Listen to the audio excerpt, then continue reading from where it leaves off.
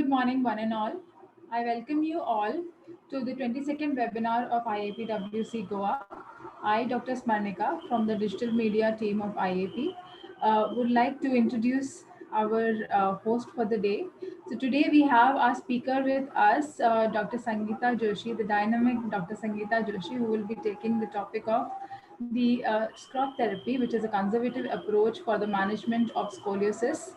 Our host today is Dr. Palasha Sardesai. We have a Q&A by Dr. Pooja Asgaonkar as well as a vote of thanks by Dr. Mamta Karpe. So without much delay, I would like to just inform you all that this month, that is June, is also known as the Scoliosis Awareness Month. And that is the reason we decided on finding out through Dr. Sangeeta that what is our role as a physiotherapist in scoliosis. So yes, without delay, Dr. Palasha, can you please take the stage? Yes. Thank you, Dr. Smarnika. Very good morning to you all. Today, I welcome you to our 22nd webinar focusing on sclerotherapy for scoliosis organized by IIP Women's Cell Goa team, India. Sclerotherapy is a conservative approach for scoliosis management created by Katerina Skerot, who also suffered from scoliosis. Now, in this month of our awareness for scoliosis, I, Palasha Sardesai, along with the entire Women's Cell Goa India team, are delighted to present to you our esteemed speaker for today, Dr. Sangeeta Joshi, to enlighten us on this very important topic. Dr. Sangeeta Joshi has more than 10 years of consulting experience where she has worked with Sunshine Hospital, Icon Hospital, and has also associated with several other prestigious hospitals in Hyderabad as a visiting physical therapy consultant. Currently, she has started her own practice under SJ Rehab and Care, providing regular physiotherapy treatment and also provides specialized sclerotherapy for spinal deformities like scoliosis and kyphosis. Dr. Sangeeta is very passionate about women's health and is certified practitioner for prenatal and postnatal exercises for expecting mothers. She has also carried out several sessions in the various hospitals in Hyderabad for prenatal and postnatal. She is a visiting faculty of BFY, which is one of the renowned Indian fitness center in Hyderabad, and delivers lectures on anatomy, general fitness, key orthopedic conditions for specialized courses organized by the Institute. Dr. Sangeeta, you may please proceed. First of all, good morning, one and all. Thank you so much, Dr. Palasha, for this lovely introduction. And I feel honored today to be on this platform of Indian Association of Physiotherapists Women's Cell Goa State for giving me this an opportunity to be on the podium with all of you enthusiastic physiotherapists. As already mentioned by Dr. Smarnika, that it's June. June is a International Scoliosis Awareness Month. I take this as an opportunity to spread the word around, educate, and try to do something in this field of scoliosis. So today my topic is going to be Schrott therapy, a conservative approach for management of scoliosis. When we talk about scoliosis, or when a child is diagnosed with scoliosis, so there are many questions which come to the mind of the child, or it can be diagnosed at any age, maybe a teenager or a parent. So what is it going to be what is it going to happen to the curve? It's going to progress. Will the child require, or will the person require surgery? Will brace be a part of the treatment? Will conservative therapy help, or will the child require a surgery? Will my child be so, or will the patient thinks, will I be as active as I was before? Can I practice yoga? Can I do my activities of daily living or practice my own profession, whatever I'm in? So there are a lot of questions which come to the mind of the child, of the parent, caregiver, or the patient himself. So to make that understand, first we have to understand what is scoliosis. So scoliosis, according to different texts, is basically a medical condition in which a person's spine has a sideways curve. The curve is usually a S shape or C shaped, and it is over 3 dimensions. That's very, very important to understand. In some, the degree of the curve remains the same, and in some, it increases over time. So this is the place where we have to intervene and try and do something about it. A very good description of the scoliosis rather is it is basically a series of vertebral segments which is an extension in lordosis which deflect and axially rotate on the same side. So what do I mean by this? If I have a right-sided thoracic scoliosis, if I have a right-sided scoliosis, so I go in my thoracic vertebrae goes into extension. That is, any curvature, it will change its original curvature. Thoracic has a kyphosis orientation. It goes into extension, lordosis, deflects, and rotates. So that is a 3-dimensional deformity, what happens to the spine. So it is 3-dimensional and it's complicated, it's a little complex and different in different individual, and it is multifactorial. So a small picture, if you can see, of a girl with the presenting symptom of scoliosis will have uneven shoulders, a curve in the spine, uneven hips, and front, if you view the person from the front, could have a ventral hump as well. So what exactly happens when we see a cross-sectional area of the spine? If you can see this, there's a transverse process. If suppose there's a right thoracic convexity, so the body of the vertebra turns to the convex side. It will turn to the right side. The transverse process goes to the concave side, and the rib is pulled posteriorly, which forms a hump kind of a thing. So what is the reason? I have also put a Rubik cubes to just make it understand. We'll understand this Rubik cubes as well, how it works and how it makes us understand about the spine. So let us understand what are the basic causes of scoliosis. So causes of scoliosis, few children are born with it as a birth defect, with malformed vertebrae or unequal leg lengths or fused ribs. Sometimes it could be a neuromuscular condition like cerebral palsy, spina bifida, paralysis, post-paralysis like polio, or muscular dystrophy, or a degenerative condition in osteoporosis, which is an elderly scoliosis, or spinal fractures. Of all these things, whatever are the reason of scoliosis, among them 80 to 90% of cases are idiopathic. Idiopathic means there is no certain reason for why the child or the person has been diagnosed with the scoliosis. So idiopathic is defined as a structural curvature of the spine with an unknown origin and in an otherwise healthy individual. There's no other symptom, no neurological, no other complaints. It just comes up someday. And among that, scoliosis can come up in any age, but mostly it comes up in the adolescent age, starts from 10 to 18 years of age, where it is called as adolescent idiopathic scoliosis. So adolescent idiopathic scoliosis is a progressive condition, and we know that it is going to get worse, not always, but we have to keep a check on it. Why is it so difficult, or what is our role? First of our role is to catch the condition early on. What do I mean by that? As it is adolescent, it starts appearing right from the age of 8, 9, and 10. But why is it so difficult to get diagnosed? Because whenever the parents come to me, the child has already progressed to extreme curve like 60 degrees, 70 degrees. Why it got unnoticed till now is the reason in the adolescent age, the children are already independent. They don't bath in front of their parents, mothers, or even they don't change clothes in front of their parents. So parents are completely unaware. Also, these adolescent children, if they see themselves that there is some difference in their shoulder level, they will mask it up completely with full t-shirts with hoods and all, and also they can mask very good with their gait. They can also change that.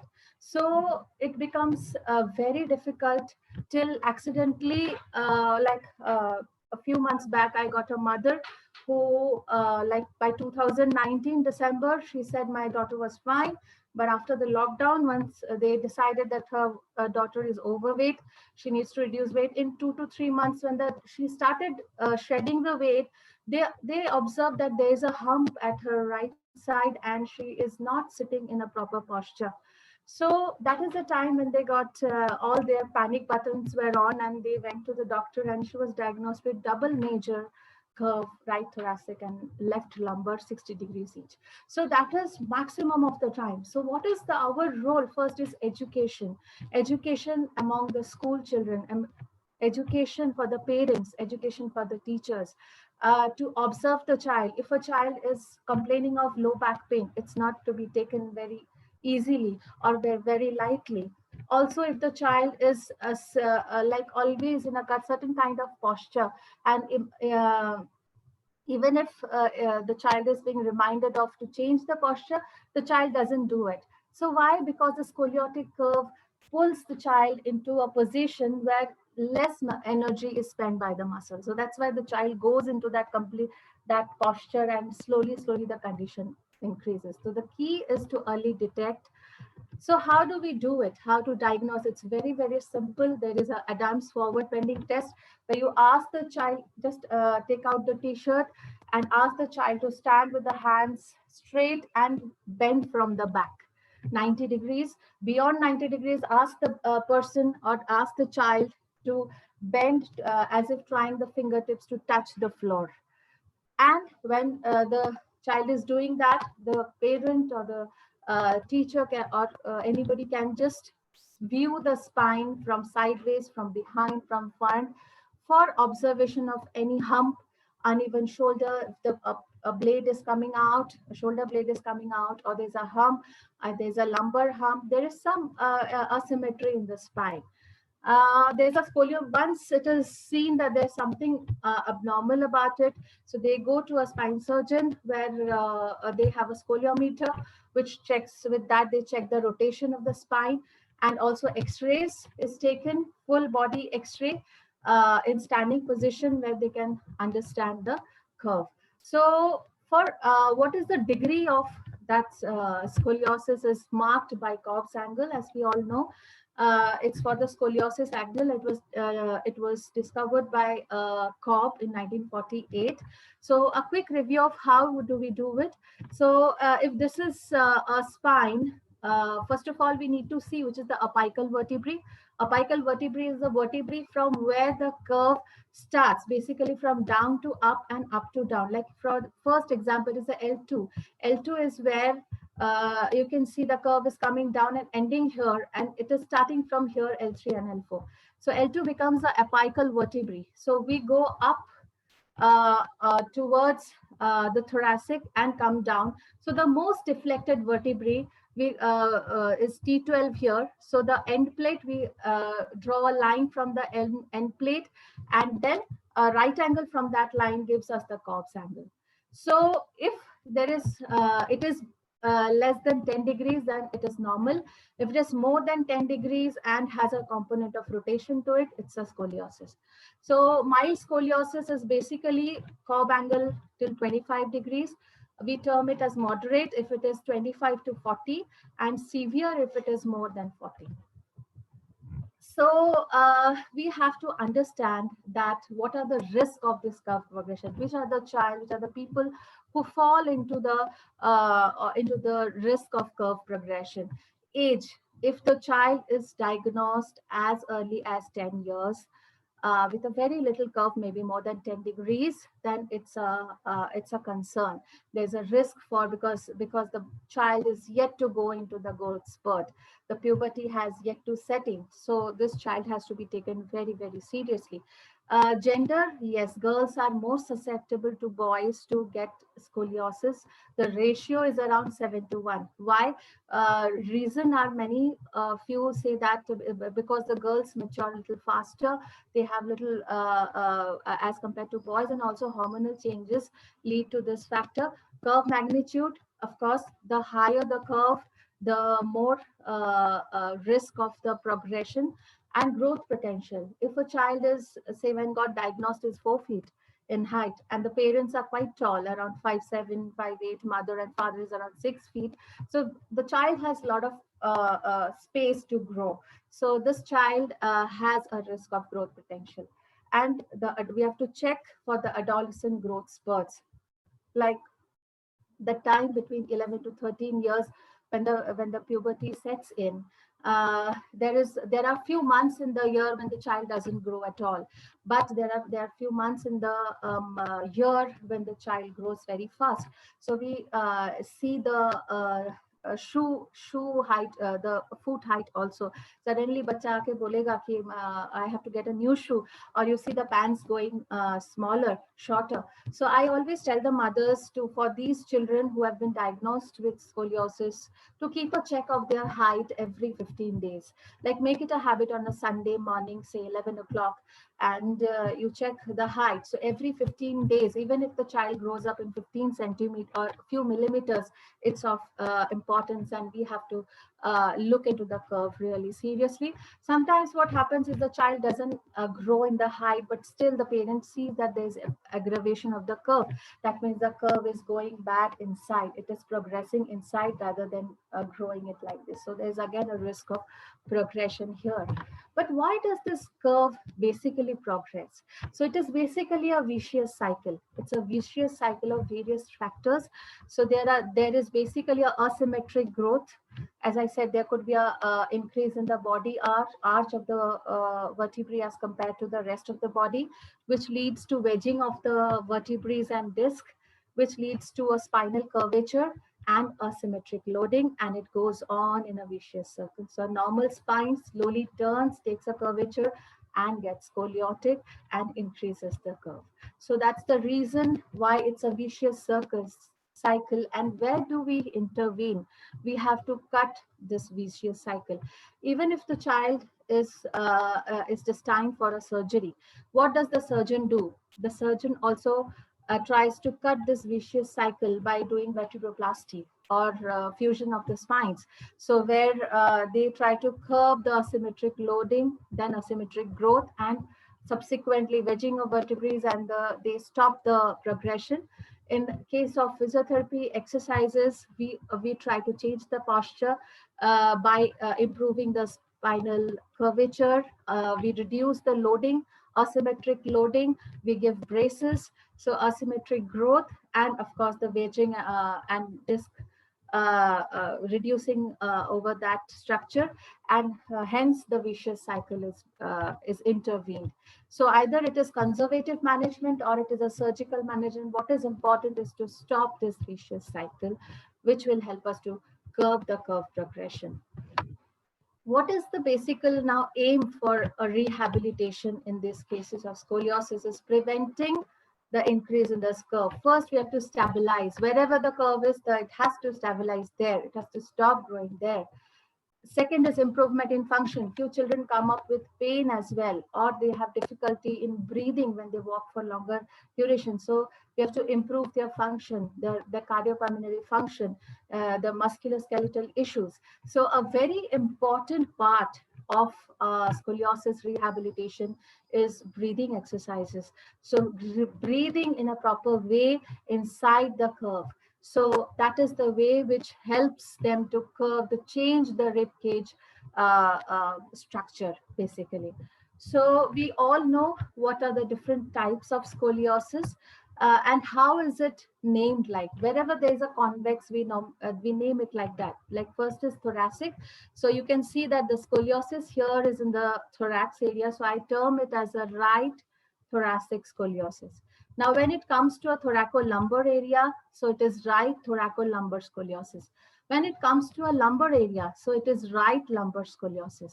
And when it is a combined structure, then it goes as, so left thoracic and right lumbar. So wherever there is a convex, we take it as that, we name it as that, so left thoracic and right lumbar scoliosis. So this is a S-shaped scoliosis. So there are lot of conservative managements which have come up till date, which have given us different kind of approaches. So conservative, like India has given us yoga, Germany has Schroth, Italy has scientific exercise approach for scoliosis or SEAS approach. Spain has Barcelona Scoliosis Physical Therapy School. Poland has FITS, Functional Individual Therapy for Scoliosis. UK has Side Shift. France has Lion Approach and Pilates. So basically yoga and Pilates, if we talk about yoga and Pilates, there's a lot of work going on, but there's no evidence which says that, yes, there is a curve restriction or there is there is, suppose, yes, the patients are quite happy in this different kinds of forms, but they lack the evidence. The rest of the therapies, they have good evidence-based, and all of them, the basic idea behind all of the schools of practice is the same, that is elongation, coming out of the existence curve, elongating it and breathing into the new space and trying to change the curvature of the breathing through breathing pattern, changing the curve. So that is the main idea of all these approaches. They are different kinds of thoughts into it. So we'll quickly go to the history for scoliosis management. How did this start? So Hippocrates, of course, 5th century, he believed that the deformation of the spine, or he said that it is because of displacement of the spine, and he founded a luxation table where he used to put the patient and used to keep it for hours together. So his way of treating went on for a few centuries, and by 19th century and beginning of 20th century, doctors started with a new idea of putting the person in a brace along with gymnastic exercises and activities, changing the activities of daily living. Because in 24 hours, if the person is just exercising for 1 hour, 23 hours, he's unattended. So the pull of the muscles, the pull of the curve is so strong that's not enough. So the exercises have to go into the activities of daily living. So even in 1904, Shands brought insight through brace, massage, gymnastics, and again, changes in the activities of daily living. And there were few who tried to do a pulling over the curve therapy. So you can see there's a little picture of this is Hippocrates. This is a table where he tried to kind of stabilize the person. Here is Land's approach, where it was again in the 19th century.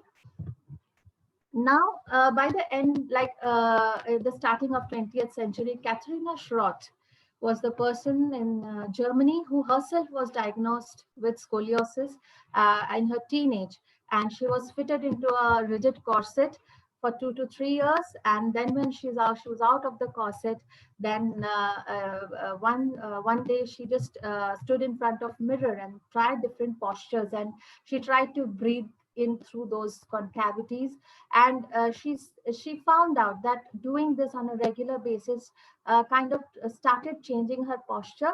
So she took it up in a serious way, and then she started training herself. It improved her condition, and then she started training hundreds and hundreds of patients in her backyard of her house. Okay, if you can see the picture, the first picture is Katharina Schroth. This is the backyard of her house, where she is putting a mirror, and the patients are, with kinesthetic awareness, with the visual feedback. They are trying different movements, and they are breathing in and exercising through it. Later on, she was joined by her daughter, Christa Schroth, who is her daughter and also a physiotherapist. So she's a physiotherapist. So with her insight into the matter, she made the therapy much more easily acceptable and understandable for the other professionals. And she and her mother started their first clinic in West Germany, and where they have a huge compound, and they treat hundreds and hundreds of patients. And that time it used to be extreme curves, 80 degrees, 90 degrees, and because they had all post polio problems, so they used to reduce with the different techniques. They used to reduce, try to reduce the curve in different way. So Christa was later on joined by her son, who is Dr. Hans Rudolf Weiss, who is an orthopedic surgeon basically. So he again improvised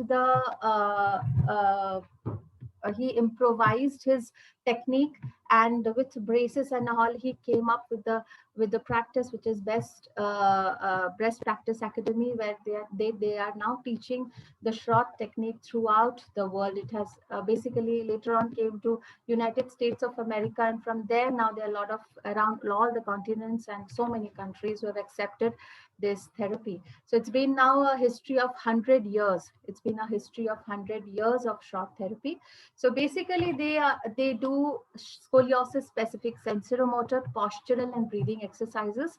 The patient ability to reduce the spinal deformity through active postural alignment in three dimensions, and autocorrect the person. I'll let you know how this happens. So this is the basic idea of a Schroth therapy. So now Schroth principle, when Katharina Schroth, I'll just show you this Rubik cube. So when Katharina first found out Schroth, like she thought of this concept, she visualized the spine like a Rubik cube. Like it has three blocks, which is straight enough. Where this is the shoulder and cervical is one block, rib cage is the second block, and the pelvic is the third block. So she understood that there is a rotation component having and these components rotate against each other. That is, the shoulder rotates as against to rib cage, as against to the pelvic component. So she took out this concept of rotation of each block like this, and then she understood that if I have to change the curvature, I have to work on each of these segments to bring a change and slowly neutralizing the curve. Now, when this is three curve scoliosis. Now, at times there are four curve scoliosis as well. So the lumbosacral curve becomes the fourth dimension. It becomes the fourth curve. So first becomes the cervical and the shoulder, then there is rib, then becomes the lumbar, and then the sacral becomes the fourth component. So it is 4C, 3C, and 4C, different kinds of curve pattern to with different kind of. So same kind of exercise cannot work for all curve type. Every patient has their own unique curve pattern, and every patient have their unique way of getting it treated. So before going into the treatment per se, what we also need to understand, as we have understood the risk of curve progression, there's a table which gives us a formula, to understand that which curves are going to be bad, and where physiotherapy, just we have to observe first, or where we would require physiotherapy, and where it's brace treatment, which is important. So it's basically a progression factor, and how do we calculate the progression factor is through a formula, which is Cobb angle minus 3 into research stage by chronological age. Okay, so what is this research stage? Research or research stage is basically the epiphyseal growth which happens over the iliac bone once the growth spurt starts. Okay, so at 11 years, the first stage 1 where 25%, then 30%, then 50%, 75%, then 100%. So if we go for age, so what is the stage of Reiser? So like if a child is at 11 years, so the Reiser scale says it is 0. If it is at 12 years, the Reiser scale says it is 1. So if the 13, it is 2, 14, 3, and 4 or 5, it is 15 years. So if I give an example of a child who is 10 years old and has been diagnosed with 20 degree of Cobb angle. Okay, so 10 years old means 0. The Reiser stage is 0. So Cobb angle is 20 degree minus 3 into 0 is 0. So 20 divided by chronological age, which is 10. So the progression factor is 2. So when I find this progression factor in the x-axis, I see go up. Yes, this child is going to progress. The chances are around 70 to 80% that the curve is going to progress. So the child is going to require a brace treatment along with physiotherapy. Okay, as against if I take an example of a 15-year-old girl who has same 20 degrees of spine scoliosis. So 20° minus 3 into 15, suppose the child is at 5 research stage. So 5, so 3 into 5 is 15, 20 minus 15 is 5. 5 divided by 15 is 13, that is 0.33. So 0.33, if I see, then it comes very less, like it's closer to 0. So I can just send the child and observe the child every 6 monthly, because then the child doesn't fall into the area where the child has to, the curve is going to progress so much. So this progression factor is very, very important for us to understand where the child currently is and what kind of treatment is required. Now, SOSORT is guidelines gives us. SOSORT is an International Society of Scoliosis and Orthopedic Rehabilitation Center or treatment, which give us guidelines every year to diagnose these children and to do the necessary treatment. So let us see, children who have no signs of maturity, Cobb angle is less than 15°, observation is enough, 6 to 12 months interval. Cobb angle, if it is more than 15 to 20 degrees, then physiotherapy with treatment-free intervals, and they are little low risk. If Cobb angle is more than like 20, 25, then physiotherapy is important. And also these children can also have to go for brace treatment, which is part-time. Part-time brace is not less than 12 hours. Okay. Now, if we talk about riser stage of 0 to 3, then it changes, and progression, if the progression is towards higher, like it is if it is like less than 40% only of observation, if the progression risk is between, I'll go back to the last slide, if it is like between 0 to 40, it's just observation. If it's between 40 to 60, then of course physiotherapy. If it is more than this, then brace treatment is required. So adolescents who have like matured growth, Cobb angle is less than observation. Cobb angle is 20 to 35°, physiotherapy.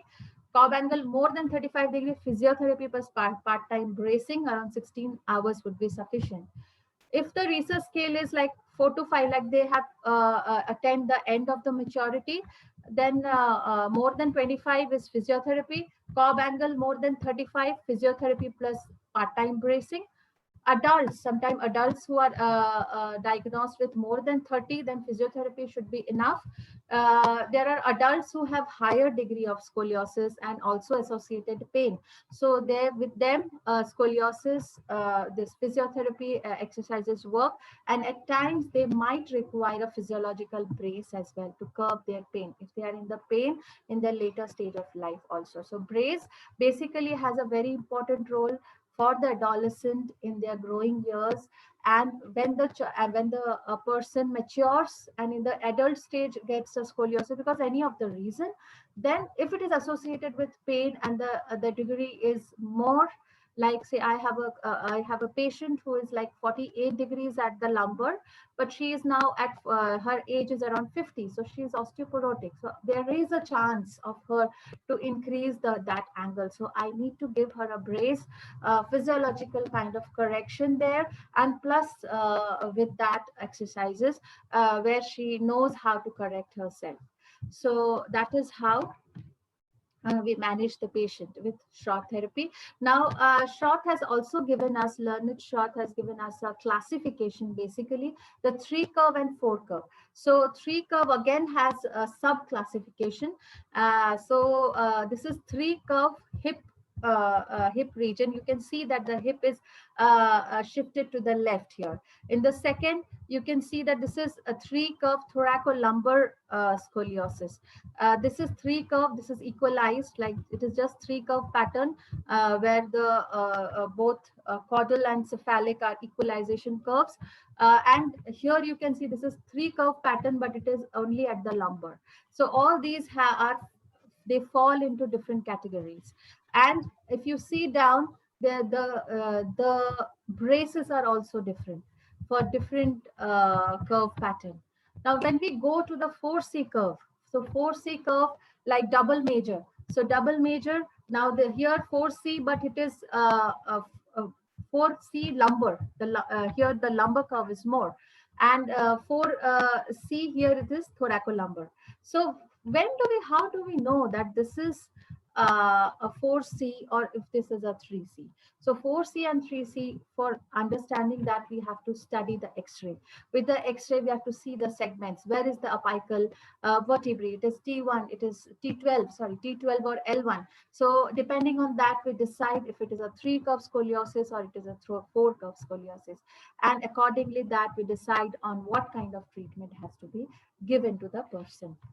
So basically the Shroth Best Practice Program, which has gone through 100 years of a change, and making it crisp and cross for the therapist to understand, for the patient to understand, and for the for to continue it at home. So it has to be very simple. You know, you can't give them too much of things like you do this, do that. So it has to be understandable. So they have kind of really simplified the approach by giving them a sagittal profile correction. So how Shroth became so famous, where this all the techniques used to treat the transverse plane, the frontal plane, but nobody had an idea that as scoliosis is a 3-dimensional, so the third dimension, that is a sagittal plane, is a very, very important role. And if we can work on the sagittal plane, then we can work on the curve progression. So sagittal plane correction is very, very important. Then education regarding the activities of daily living. How is the child going to sit? How is the child going to walk? How is the child going to play or do various activities? So or stand per se. So what if we can correct the child in all these positions? So very little corrections every day can make a major change. Okay. And yes, of course, now there are specific exercises, curve specific exercises, and breathing into those areas. So basically, when there is a curve, suppose there is a right thoracic curve. So I have a right thoracic curve. So the convex area of the curve, the convex side of my right side, the muscles are strong. My left side is a weak spot. It's a weak spot. So I have to, this is a convex side, it's a concave side. So I have to breathe in through this concave point. I have to train the patient to breathe in through the concavities and train those muscles to hold slowly and change the curve orientation. You know, so the breathing that is called as rotational angular breathing. So we'll go to that slowly. Now let's first come to the ADL corrections. So ADL corrections, if you can see the first picture here, the girl is sitting on a chair first, where it is just a cross. So she's sitting into the curve where the hip is completely out, and she's spending so much of time into the same position. So what do you think is going to happen to the curve? It is going to get worse, as against if she is sitting in a corrected position. She's been given a raise over her left side and a little shift to her hip. She sits in a corrected position. When she sits like this, eating or she's writing something, she's spending a lot of time into this position. Of course, she will not progress, or she will not go into that curve and increase the angle. If you can see now, if you can see this lady, she is osteoporotic scoliotic. So she also has a hip list, if you can see here. So once a posture correction has been given to her to correct her hip space, so she corrects her posture, and this is her standing posture. This is the posture how she walks. In case of the girl who has a 3-curve pattern, she is used to stand like this, taking a lot of weight on her left side. When we educate her that you can do a little hip shift and take your legs, this is a sagittal plane correction. Okay, so you twist the pelvis a little, then you see this, the spine comes in a complete straight line. So this is a very, very simple corrections in standing, in sitting, sometimes in bending. Like this child is trying to lift something. So we'll instruct that you're not supposed to bend so much always. So try keeping your regular use items and go into that particular posture and try picking up things. So this is a little bit of ADL correction, which can help them in a long way.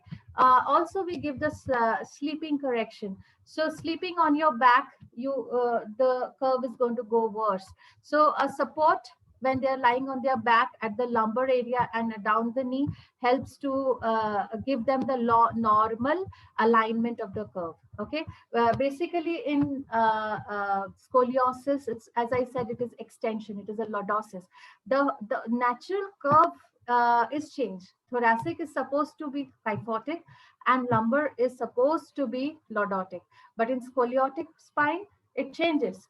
The thoracic becomes lordotic and the lordosis, the lumbar becomes kyphotic. So with this correction, you are kind of giving a passive assistance during sleep as well to get into the normal curvature. If the person has this kind of a curve, say for example a right lumbar, okay, a right lumbar curve, and the person is lying down continuously on the on the left side. The person, it has a left lumbar and the person is lying down on the left side. So with the gravity, the curve is again pulling down. So it is going to worsen. If the person has to lie down on the left side, then a small lumbar roll is going to give assistance for the curve. It's better if the person lies down on the right side where the curve slowly straightens out in the sleep and the gravity kind of pulls the curve down. Okay, so sleeping correction, sitting correction, standing correction, these all help in a longer way. But for who are these patients? These are the clients, or these are the patients or people who don't require a brace. Okay, who don't require a brace. The child who is already in 23 hours of bracing, do you think the ADL will really matter to him? No, because he's already sleeping, eating, doing everything, walking inside the brace. So bracing, when the person inside the bracing, this ADL doesn't work or is not required for that child. Once the child is out of the brace, yes, you can give them ADLs. Okay. But for the child who is only taking physiotherapy, yes, for them who are out of the brace, or there are few conditions like osteogenesis imperfecta, where you can't give them braces because that could lead to bone fractures or undue stress over the. So these children are special children who have to be given the ADL correction so that they are out of that scoliotic curve again and again, and they bring a little bit of change. Let us talk about the rotational angular breathing. As I said, that this is a scoliotic spine. You know, this is the convex area which is reduced. This is concave area which is weaker. So through rotational angular breathing, we'll try to focus over the concave area of the thorax and ask the child to tense those muscles when the child is breathing out. Okay, so how do we do it? Is we ask the person to breathe in, and when the person is breathing out, so with the sound, we ask them to tense those concave areas. So those are the weaker areas. And with every exercise with this breathing, it helps them to change their original breathing pattern, come out of that pain, and change the structure as well. Over longer period, doesn't happen in a week, doesn't happen in 15 days, doesn't happen in a month. It takes 3 months, 6 months of time to actually see a change. So suppose a small child or a adolescent has come to you with a larger curve, it takes a longer time to see a change. So it's really a big patient's work, where you have to work with your patient for minimum an hour every day to make him understand first what the curve is, and then what is the correct way to be in, and then slowly they understand. It goes inside their brain and subconscious mind, where they know that yes, this is my posture and I'm going to be into that. So it takes a few children I have seen, they are very quick enough to understand their body. Few they really don't understand, and they require assistance. So it depends. Okay, so there are few more short exercises with which you use wall bars. You have stretchings and in different directions with help of mirrors, so that you can see yourself in the postures. There are sticks with which you can change the posture. So here again, there are few examples of Shroth exercises where they, if you can see the first picture with this particular exercise, she is centralizing her curve pattern and she is breathing into it. Okay, so this is a active correction into getting out of your pattern, getting inside the normal pattern or near normal pattern and breathing there and getting into it. So when I show you the last picture, yes, here if you can see this girl when is doing this exercise, she is perfectly following all the characteristics of a Shroth exercise. There is axial elongation, there is a sagittal correction where she's twisting her back, deflection, she's deflected to the opposite side because she's like this, so she's deflecting, de-rotating. So they are basically rotated, you know, these people are rotated like this, so they have to de-rotate, breathing into that space, stabilize herself, and then mobilize. So these are the basic principles of any Shroth therapy and any exercise. Whatever exercise we given, these are the principles we always follow: axial elongation, sagittal corrections, deflection, derotation, correction of breathing, stabilization, and mobilization. So I'll just speak about the brace because time is limiting. So brace is a very important part of scoliosis. As I told you, depending on the progression factor, there are different kind of braces which are available in India. Basically, we are using here Boston braces. A few make spine core braces as well, or Chenau brace. Chenau brace is one of the latest and working braces which do very good correction with the spine. And if we work with these braces and with the Shroth exercises, they definitely are going to reduce, they come out of that red flag of getting operated. Okay, so the children who don't, or the adults who don't want to get themselves operated, they should try this therapy. It really works. So that is all. And yeah, there are few exercises which you have to avoid. You have to avoid. Okay, so this is just like complete no.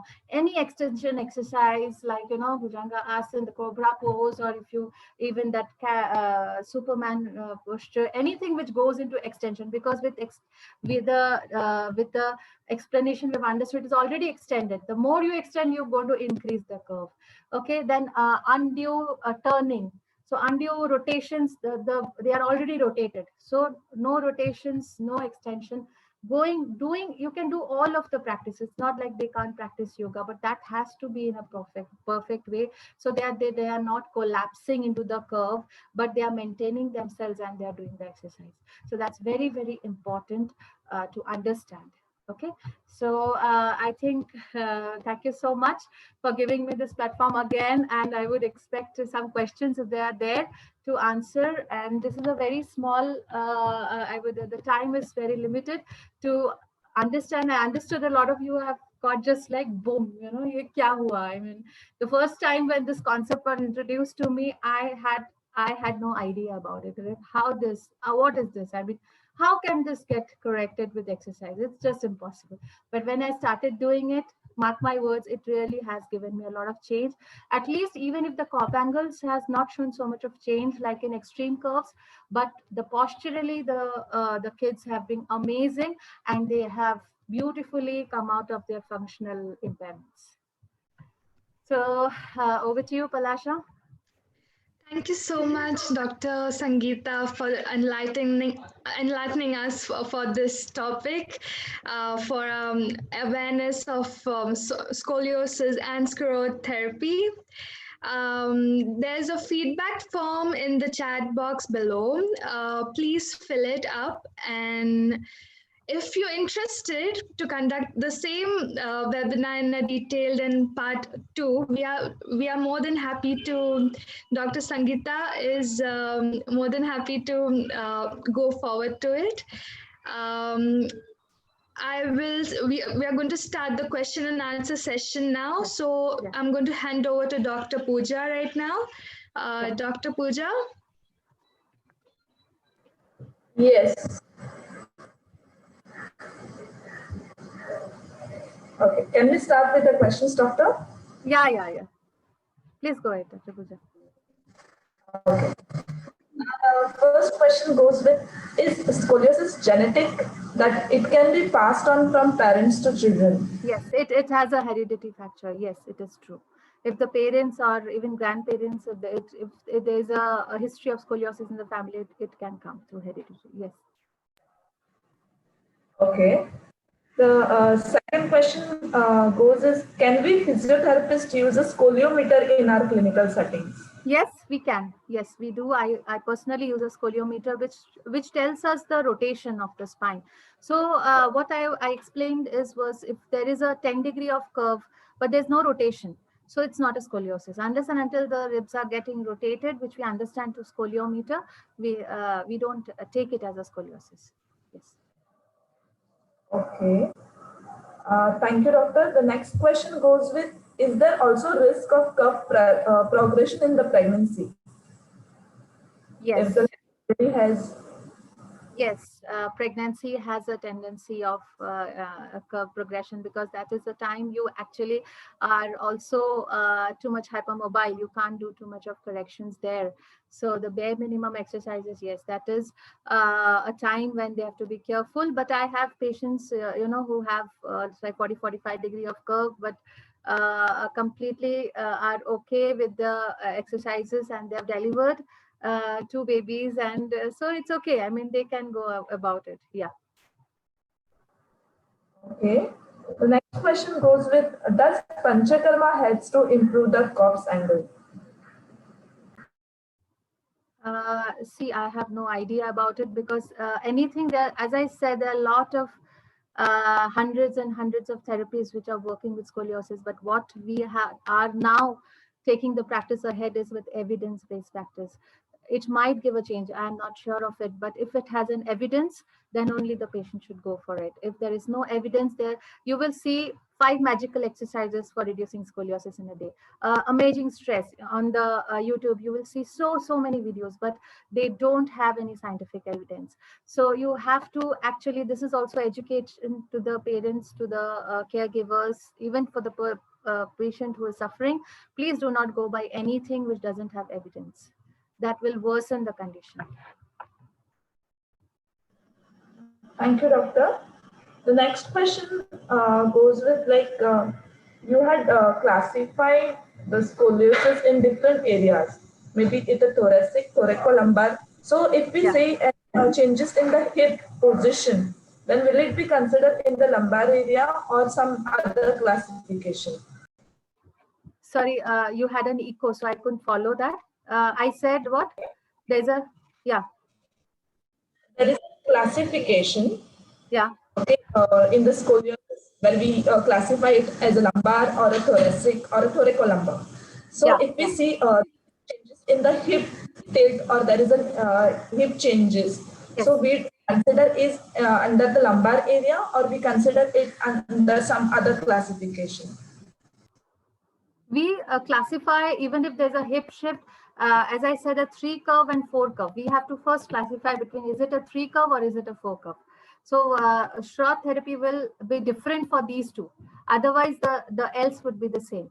Okay, the exercises are going to be different, like the same kind of curve angle, but if a person has a 4C or has a 3C, so wahan pe wo change ho jayega.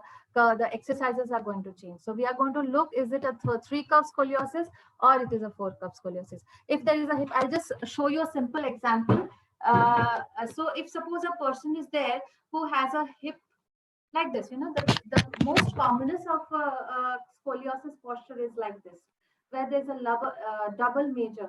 So what if I'm talking about ADL correction? I'll ask her to get into the position first, correct your pelvis first, and derotate and here, and take your, when I talk about sagittal correction, I'll ask her to take the leg back.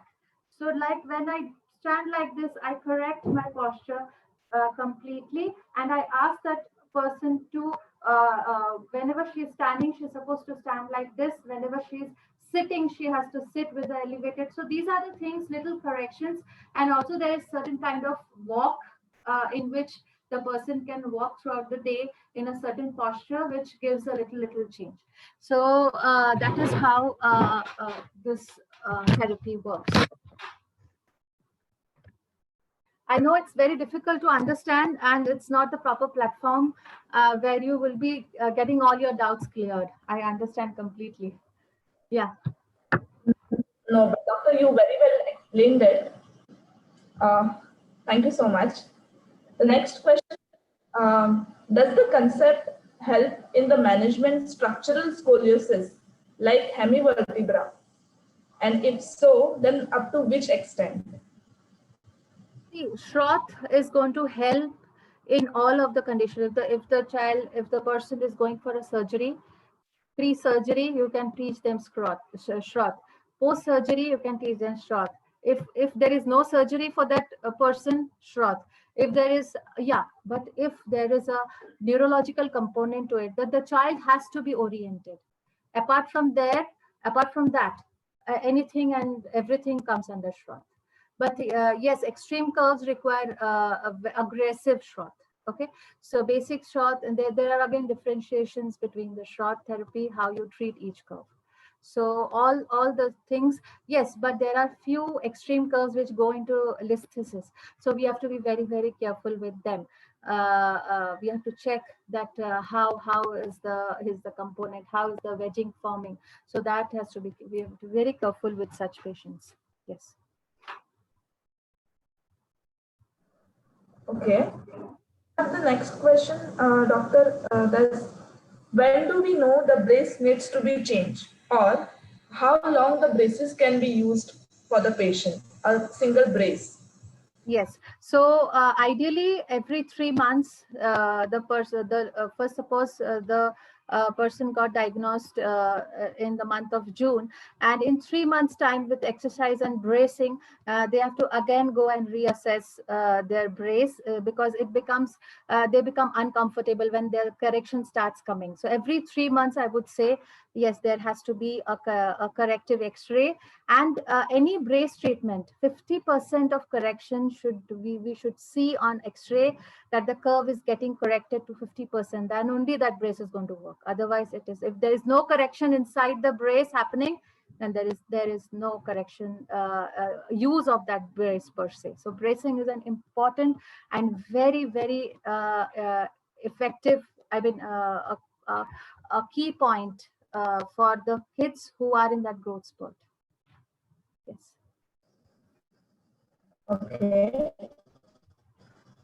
We go ahead with the next question. The question is, what is the frequency, intensity, or duration for which we advise the exercises, or the best time when we exercise, prescribe the exercises? Sorry, can you come back again? There's a breaking in your voice. Yeah. Yeah. What is the frequency, intensity, or duration when we advise for the exercises? Or what is the best timing for the prescription of the exercises in a scoliotic patient? Could not get it, Pooja. Sorry, there was a lot of. I understood that what is the frequency, duration of the exercise? How long they have to do these exercises? That is what you want to ask me? How long? Yeah, the intensity and which is the best timing we will see a patient for the exercises. Timing of the day or timing of what time? What time? I'm not able to understand. What time? Best time for doing this exercises. Maybe in a day. The question may be in a day. Anytime. Daytime doesn't work. That doesn't matter. Morning karo, evening karo, kabhi bhi karo. When you get diagnosed, the first thing is you have to do early detection. If not, whenever the child is got diagnosed, that is the correct time to start with. That is the correct time. How long the short exercises in a session? It's like 1 hour to 1.5 hours for the initial sessions to make that person understand the exercises pattern, and how long the person has to go depends on the curve severity completely. you have to take it for months together, years together, slowly they are able to come back to say a 60 degree. If they come back to 40-45 degree where the surgery is not indicated, so you have won that case. So आपने वो जंग जीत ली है जहां वो बच्चे को आपको operation के लिए आप नहीं धकेल रहे हो. So that is now at 40-45 the person is able to deal with everything, and with subsequent exercises slowly again going to resolve the 30. Can we bring back to zero? No. Very severe curves coming back to zero with short? No. 20 degrees come curve hai, 30 degrees coming back to zero? Yes. But what time? If it is in the growing phase, if we have catch the person with a proper early on and with a bracing, proper bracing, yes. So there are many factors which give us a proper directions of decreasing the curve.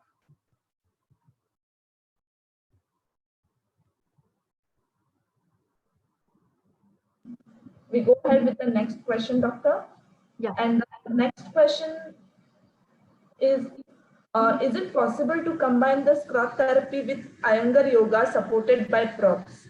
And is it possible to learn scrot in online classes? No. See, Iyengar has a completely, I have even seen many videos. There are many, there is one Dr. Lauren Fishman who has done a lot of research over yoga, and he has some exercises which are similar to Shroth. Iyengar with props, yes, have, but evidence is a factor to it. It might work for few, but not for all. If they have a curve specific exercise, yes, it can say, but I'm not aware of it, and I don't practice, so I'm not aware of it. If you can learn your Shroth online, no, not at all. It has to be offline. You have to experience it with the patient. You cannot learn it online.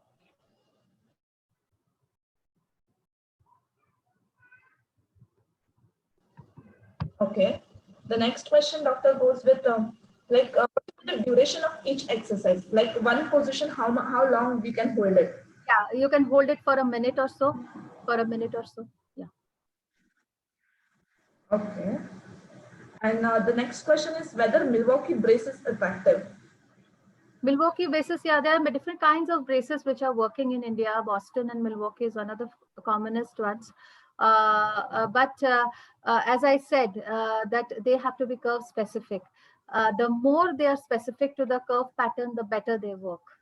You know, so yeah, they do work. They curve the they help in stopping the curve. Yeah. Is the 3 curve same as S curve? Sorry. 3 curve is same as S curve is the question. S curve and 3 curve. Yeah. So S curve basically is a 4 curve pattern where you have double major curves, thoracic and lumbar. Okay. Yes, there is double thoracic as well. So there are different classifications. Okay. And we have next question for how to become a certified scoliosis scrot therapist. Yeah, so there are Best Practice Academy. There's a Best Practice Academy which is available. So you can register yourself. There are courses happening throughout the year. Now, because of last 2 years, it's not happening here like all over the world, but they happen wherever you want to go and do it, to Germany, or it's not yet happened anytime in India. But yes, to other states, UAE or Malaysia, anywhere. You have to go there and to take it's a 5 days course basically, where they teach you about the different curve patterns. And again, there is a advanced course which help you to solve the complex curves, because sometimes the new Shroth doesn't work with the extreme curves. You have to go to the old Shroth, and there is a one more course which works for the extreme curves. So there are different courses. Yeah.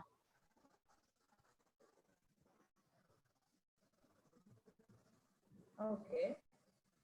The next question goes is, does weightlifting affect the curves of scoliosis?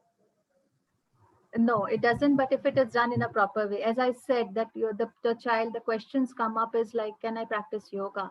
Can I do gym in the? Can I lift weights? Yes, you can, but in a perfect way, in a way where your curve is you're not getting into. Suppose a right thoracic person, and I'm doing my biceps with this. I'm not doing anything for my curve. So if I correct my posture and I'm getting into the new posture and I do it, yes, I can do weights. There's no problem with doing the weights, unless I myself correct my curve. Okay. Doctor, the next question goes is, if someone having limb length discrepancy, the Scroth exercises will be helpful? Yes, sometimes, the lumbar curve itself is, if there's a lumbar scoliosis, that is one of the reason for uneven limb length, asymmetric hip structure. So once you straighten up the lumbar scoliosis there, you equalize the length. So you don't have to give a hip raise. So it gets corrected, you don't have a hip raise. You basically don't have a limb length distance. It is just that the posture has changed. So when you correct the posture, the limb length is the same. Okay. We go with the next question that is asked is, as a physiotherapist, where we should feel limited, like where to put our hands on and when to say it's beyond our scope. Even it's, I would say, as I was discussing, there's a case of 70 degrees of curve with a child who is suffering from osteogenesis imperfecta, which is a condition where it is a brittle bone disease. Okay, so you cannot give the child a brace, and has a angle of as more as 70 degrees, 80 degrees. So you can't take the child to many positions because the balance is a factor. The too much of effort, too much of force on the knee is a factor. So these are the few cases where you can make a difference of correcting the posture, strengthening the muscles, but it's a surgical case. Finally, it is very difficult for them to get treated through online to Shroth. Yes. Okay. We go with the next question. That is it possible to work on post-traumatic scoliosis? Yes. Yes. So spinal fractures are also one of the reason which leads to scoliosis at any age. So yes, Shroth works with that. Okay. There is one more question, doctor, that do you provide online consultation because someone Yes. wants to just refer a case? Yes, I do. I do. I don't prefer, but then with this conditions around, I am forced to do online consultation, and believe me, it's doing good. But if you ask me about taking up the course as a short therapy online, never go for it. Go for offline course. You will understand how things work, and then you can teach the patients online. That is easier. But if you don't, if you cannot make everything available online. Teaching a course online, taking a course online, Shroth is not like that. Okay. Yeah. Okay. Doctor, the next question is, once the curve is corrected completely, is there a chance of reoccurrence in the upcoming future? There has to be a check in 6 months, a year, but mostly that doesn't go back to the normal curvature. But as I said, you cannot do zero. 60 curve को आप zero नहीं कर सकते हो with exercises. आप 20 को zero कर सकते हो and you keep a check every 3 months, 6 months. But 60 को आप zero नहीं कर सकते हो. It is not possible. You can come down to 20 degrees, 30 degrees, yes, and that is a success for you. That you have taken up the child from operation to conservative management. With 30 degree, it is manageable. Okay. Doctor, we have one more question, that how to become a certified antenatal and postnatal therapist? There are various academies like Indian Institute of Fitness Academy, Indian Institute of Academy, from where I have done my certificate course. So it is also a 5 days course. So they give you a certification for antenatal and postnatal care. Okay.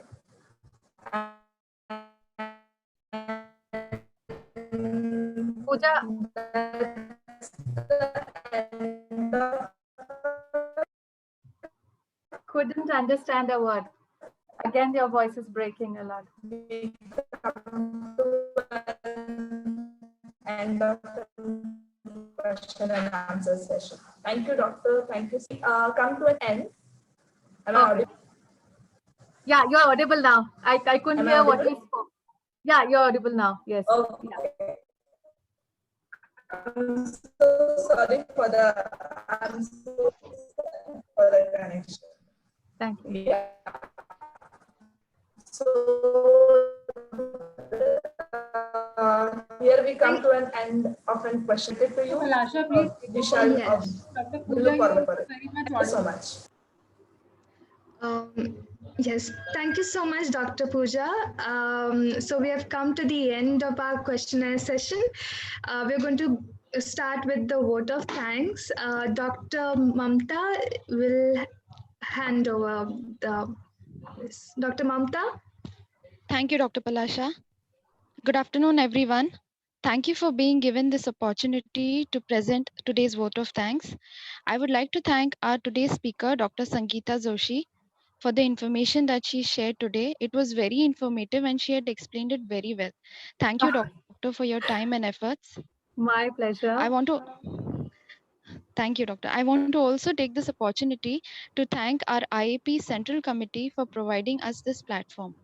I also express my sincere gratitude to the technical team and our IAP Women's Council, especially Dr. Ruchi, for laying this groundwork for all of us. Last but not the least, I appreciate our attendees for taking their time out. I hope all have a great day and a wonderful week ahead. Thank you, Dr. Mamta, and thank you, everybody, all the attendees for taking out time. Special thanks to Dr. Sangeeta for giving her time and beautifully explaining this. We have already shared the feedback forms. If we get very good number of feedbacks on the second course, we will definitely conduct the second one with more amount of demonstration probably. And it's because of the demonstration part and the photographs that we use that we cannot do it on YouTube. So we will again do it on the Facebook only. Thank you, one and all. Thank you so much.